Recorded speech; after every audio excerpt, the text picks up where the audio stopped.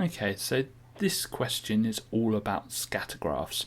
Now with scatter graphs, I look at them and the first thing I need to do is draw a line of best fit.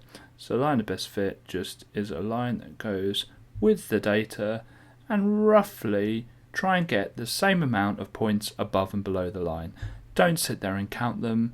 If there's 10 below and 1 above, then it probably needs to move down a little bit, and same vice versa. But if there's 10 above and 8 below, don't rub it out and redraw it. They're very lenient over the lines of best fit.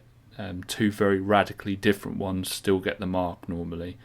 Now, the reason I've done that is because most exam questions with scatter graphs will need a line of best fit, but sometimes they don't ask you to draw one. So draw one anyway, and you probably will get a mark either on question A or B or C or whatever. Okay, first question says, what type of correlation does the scatter graph show?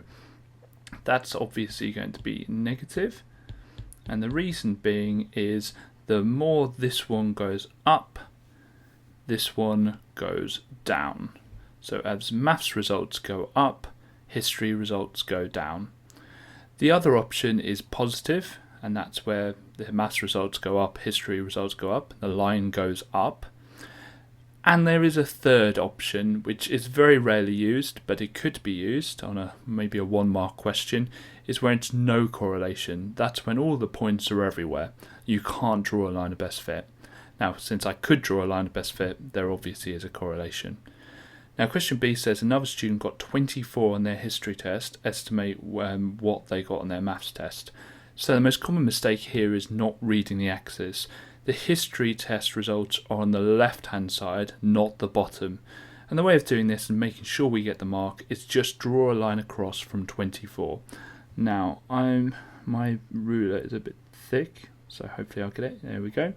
So you draw a line across where it hits the line of best fit, and a line down from that point. So let's try and get this semi-right. There we go. Okay, and so reading off, that person we predict will get 34.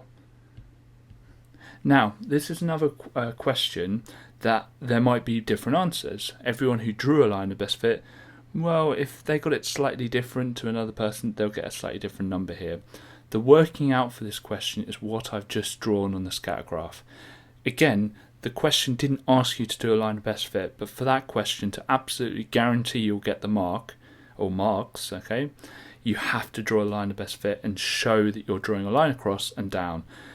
Also, on some of the exams, you can actually be quite far off, and as long as you've done that, then you still get at least 1 mark, even if your answer's not quite right.